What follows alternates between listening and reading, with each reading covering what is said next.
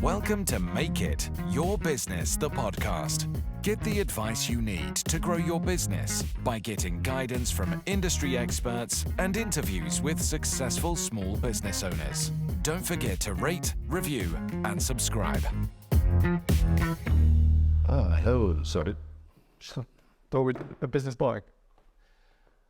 Yes, it was a question that came up from one of our audience. It was, I want to get it right now. It was something like, I want to buy a business, is it a good idea? Okay. So I know it's a bit, that. But the truth is, I've been involved in buying multiple businesses and selling them. You've acquired businesses. Mm-hmm. So I thought, you know what? Let's just talk about what that process looks like. Cause there might be some people that are, watching this now or listening, and in a similar sort of, position, like looking to buy a business or looking to, do something by themselves, but don't know where to start. So, absolutely. We've got some questions. So I thought, let's just spend 10, 20 minutes just talking about what it looks like, how the process goes. I mean, I could talk for hours on this subject. So, but let's just go overview because I think it would help some people. Mm-hmm.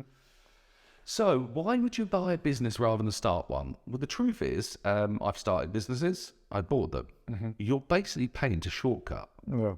The easy part.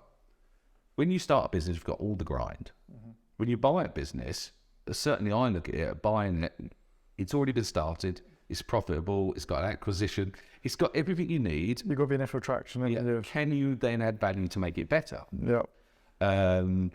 So that's my view of why people would buy a business. It's very similar to, I think we discussed this, like, should I start a business or should I buy a franchise? It's the same thing. Your probability of success is higher with a franchise. Same when you acquire, if you've got a 20-year-old business that sells timber and you buy it, providing you don't do anything too wrong, it should be there in another 20 years. Now, if you're buying off, say, somebody who's retiring who perhaps hasn't embraced online shopping, you can then add your sort of modernizations to it. Maybe digitalize the bookkeeping, the systems, shine up the sharp edges and add value to it. And providing you get the finance right, it could be hugely rewarded as well. So in terms of finance, what would you suggest for, would you finance it yourself or would you borrow money to buy a business? Or absolute truths here. It depends on the size of the business. Look, the truth is it's about capital. So you've got £100, you want to make a return on that. Right. And it's the same set of rules if you've got 500,000, a million, 2 million. If you happen to have the capital and you can acquire this business and make 20% a year, and you'll have your money back in 5 years and then consistent, and that's the best return you can get because the stock market's down, the bonds are down, well, then use the capital. But if you can only get 10% return on that, 20% in bonds, well, then my thing would be put your money over there and borrow to acquire the business. But let's be really honest here, because so many of these podcasts that I watch are like, and get your £1 million invest. It's like £1 million is a colossal amount of money. They want to talk about 100 million turnover, the £1 billion profit. It's like, whoa. That's the 1% that gives us all fuzzy feelings. It's real world businesses now are not that expensive. Yes, you will need some money, but you won't need as much as you think. It will be less expensive than a house. I have this argument with property people sometimes. So if I spend £100,000 on the business, that business may then cash flow me back, let's say 30,000 a year. Show me an asset, house, or a flat, or a commercial property you could buy for 100,000 that will give you 30,000 a year back. Because it doesn't, and they all talk about the appreciated value, but they forget businesses appreciate value as well. So genuinely, as an investment, it's phenomenal. But you have to have the right mindset. You have to be business orientated. The only caveat to it, so I was speaking to somebody, I've done a few courses and a few talks on this, and people ask me, so if you've got a business and you're in a business management position, and you're ready to run your own business, that's great. You can take your choice. Yeah. If you are not want to buy a business, my tip would be buy the biggest business you can.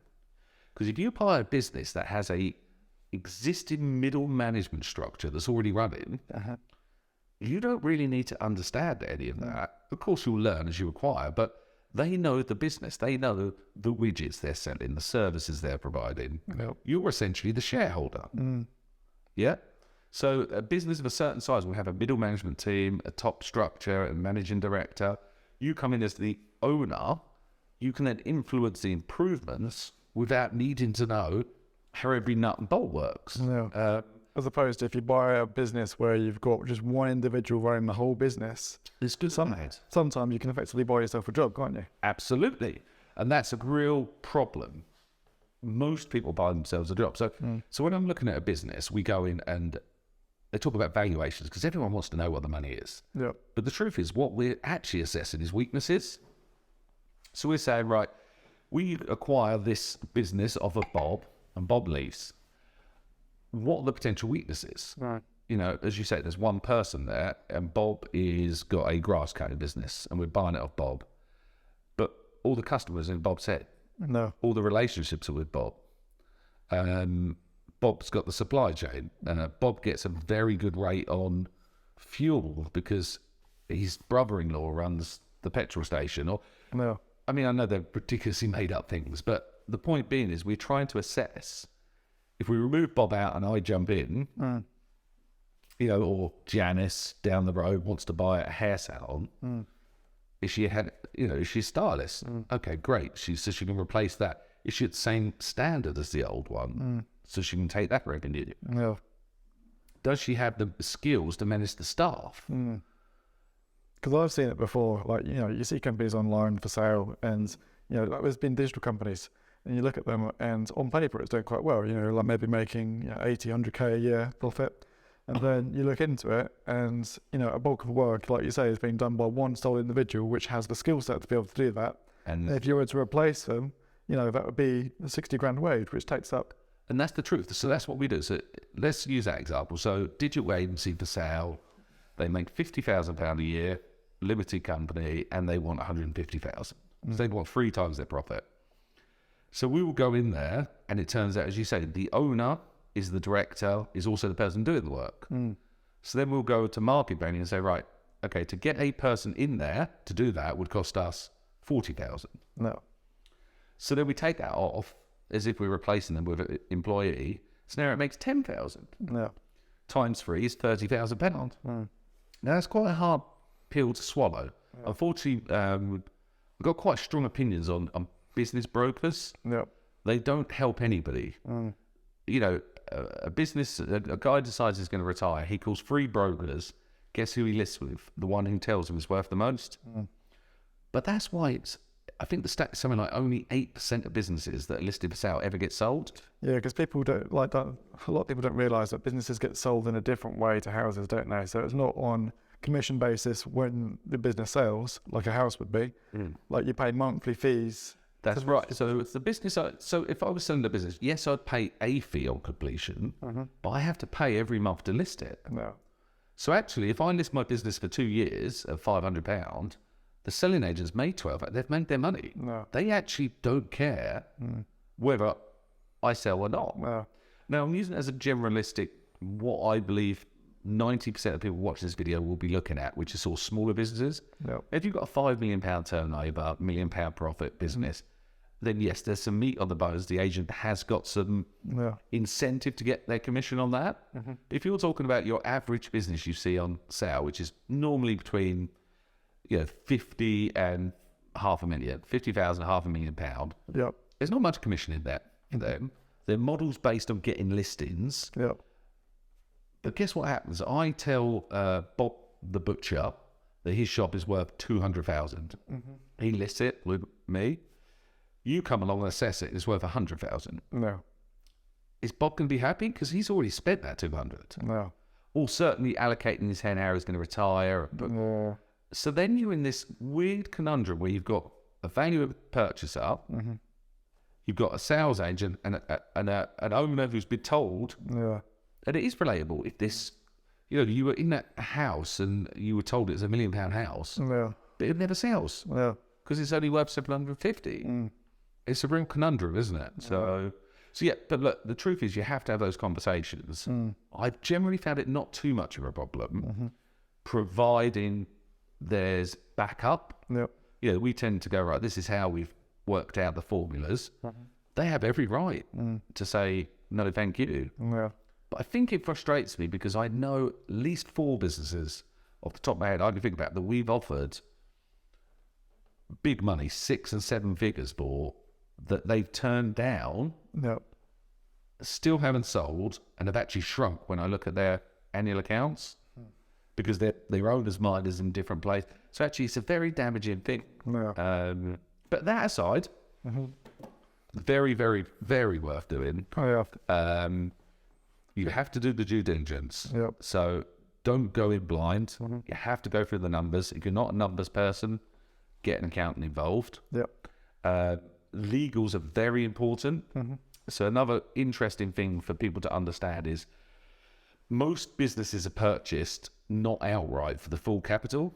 So very common is, you know, half up front, half on payments. But it can be any percentage from nothing up front to 90%. Yeah. But depending on the risk profile. So again, super important is the legals. So can we just brush out on the process of buying a business? Okay. Like the stages, because like someone who's never done it before, like might not necessarily understand, you know, what you have to do to be able to get there. And legals obviously is one of the stages that you have to go through. But yeah, obviously, you know, like say you've been online, you found a business for sale, you're interested, like what happens from then onwards? Okay, so I can only tell you what I do or my team, but okay, so we would obviously reach out to, we'd ask for initial information. And it usually comes in the form of an IM. So if they're selling for a broker, they'll normally do like an overview document to give you the headlines. Yep. Or certainly send you an email to say, oh, this is a rough financial history, this is what they do, this is why they're special. If it then tweaks your interest, you'll then sign a non-disclosure agreement. Okay. And then you can be privy to the more in-depth information. Like the accounts and... Exactly. Yeah. So we look at the accounts, and the accounts again are just an overview snapshot. Yeah. Yeah, what were their returns? We will assess it and go, great, we're there. Then we're normally in a process to say, right, we still want to do this deal. Yep. Let's go and see the business, which is mainly meet the seller. Yep. Because then you can get into the questions of, why are you selling? Why are you selling? Yep. What does it look like? You can see their motivations as well, because if they only want to give you a 1 month handover period versus a year, your assessment of the business based on how involved they are will be very different on a price metric. Yep. So then you meet them, let's assume that all goes well. You might ask them for additional information that's more in their accounts program or their internal software. Yep. And then you make them an official offer on like a, what's the word called? Letter of intent. Okay. Which would send them a formal offer, which would say what you're prepared to offer, what the terms, how you finance it, if that's applicable. At that stage, and you'd ask for an exclusive period. And the word they use is due diligence. But essentially, you need to get in and look under the hood. Yep. So that stage, you'd spend days, even weeks, going in detail through we're looking for skeletons in the closets, financials, weaknesses, and that could be from low profitability to one client that it makes up 90% of their sales, who happens to be their brother-in-law, to potentially they're in an industry that is declining. Yep. So it's a big part of it's financial. Okay. But the other part is, where is the business? Where has it been? Where's it going? Yep. And then from there, once you've agreed that it's as it is, often enough there's a adjustment of price. You'll say, okay, we offered you £2, but we've noticed you have a pension liability for 50p, so we need to take that off the offer because we're going to inherit that liability. Yep. Happy to take that, but you can't have your cake and eat it. Then it will go to the solicitors. Okay. Smaller deals can be done but we'll talk about that in a different podcast. But then the solicitors then do their thing. Yep. A number one tip with the solicitors, at the stage you're in the good stage you're offering, you can build a rapport with the owner. Let's hypothesize that you're selling the business, I'm buying. The easiest way to get a deal done smoothly is you and I agree for the terms. Then we give that to our solicitors and tell them to protect our interests with the contract. Normally one party writes the contract, the other party obviously checks in back and forth. I'm in a position where I let the solicitors handle it, and you end up with them arguing over points, and we're both being billed by the hour. My solicitor's like, no chance you're getting that warranty off him. And your solicitor's going, well, without that warranty, this deal's dead. They rack the hours up, consistent stalemate, and we have to end up getting involved in the end after. So my number one tip on every time it's gone really smooth for me, owner, buyer, me, put everything down on paper. Put the fears down, but worst thing you do, you don't pay me, right? To do that, make sure payment is watertight. The funds go into escrow. Well, I'm concerned you're going to go off and start again. We agree the terms, very basic language. Let the experts deal with the legal side. But ultimately outline the deal before you pass it to legal. And then once that's done, it's a bit like buying a house. You go to an office. I have done it remotely. Signatures, proofs, IDs, transfer of funds. And then, believe it or not, that's when the work starts. But that process can go anywhere from, we've done deals fast in like 2 days. But the longest one was 9-10 months. Really? From from letter of intent to signing. Because the complexities of the due diligence. And there's always that, I'm going on holiday for 2 weeks, right, and come back to you. My accountant's off, so we need those answers. That's with the solicitors. He'll get back to you next week. So, and it can knock on and knock on. So, at the moment you've shook hands, just be patient. So if you're selling a business, you need to carry on as if you're not selling it. Because it can decline if your head's not in the game. But if you're buying a business, it's patience. But to go back to why you would, yes, providing you don't buy yourself a job, you could be in a position where you earn as much, if not more, than you currently do. We generally, I think the average is about, I can't remember, it's 2 point something times earnings. You've got a situation where the 8 times, 9 times, 20 times are in the media. Then PLCs, your trade to trade, really hyper growth industries. It's not reality. You can Google it, you can see what the average is for certain industries. It's lower than people think. But it can also be life changing. Your average business that maybe makes 200 grand a year for the owner, they may not see that 200,000 a year because cash flow, leaving it in the business, but they will physically see 600,000 if you gave them 3 times earnings, and that could be retirement money and the rest of a happy life. So it's definitely something I'd implore. There's plenty of training out there. There's some blog posts. Maybe we'll do some more on that side because it is really fun as well. We call them bolt-ons, but if you already have a business, you can buy another business in the same field. And, if you get it right, 2 and 2 can be 5. So, merge the costs. Absolutely, merge costs. They may have a technology, and you may have a better sales team, and you can share resources of what each party's good at, synergy, customers that are buying that, and your customers would buy that if you were involved. Be huge subjects. That answers the question. I hope somebody gets it. I think so. I think another thing to take from it, I think you obviously brushed on it as well, but just because you see a business up for a particular price does not mean that's a valuation of that business. That's just what is the asking price of a business. Doesn't mean that's what it's worth. So go for it. Do your own calculations. Work out your own numbers. And I'm trying to think of the mathematics now. Sorry.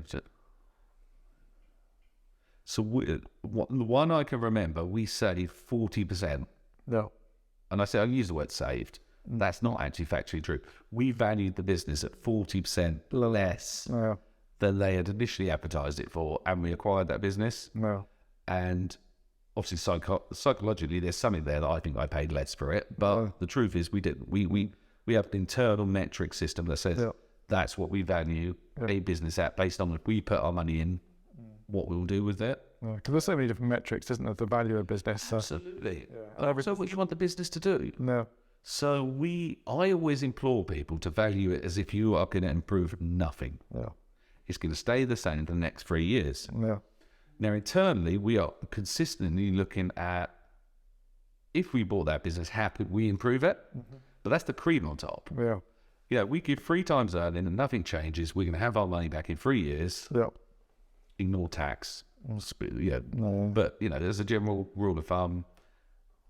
And then from then on, if we keep it for another 5 years, we're going to earn X, and then we sell it. Yeah. Either we sold at the same rate, and that's just maths. Yeah. But internally, we go, what can we add and improve on that to increase the value of both the ongoing profit and the exit strategy? Oh God. So starting a business is great. But yeah, if you can find the funds, and you'd be surprised that people with money want return on their money. You can borrow for acquiring businesses. Yeah. There's lots of funding options available to people. Yeah. But do your research. Yeah, I don't want to get into funding too much. No. That can be another episode. Yeah, and again, I'm not an expert. I can only tell you what I've done. But what I do when I need funding is I go to a financial expert, and that's the truth, and say, this is what I want. How is it best to fund that? But I've obviously got some experience I can talk to you about. But yeah, highly recommend it, providing you, correct due diligence. Make sure you buy the right business for your experience. It's really, really great. Cool. Well, that was a good episode. Yeah, I'm getting hungry. Should we get some lunch? Yep, it's that time.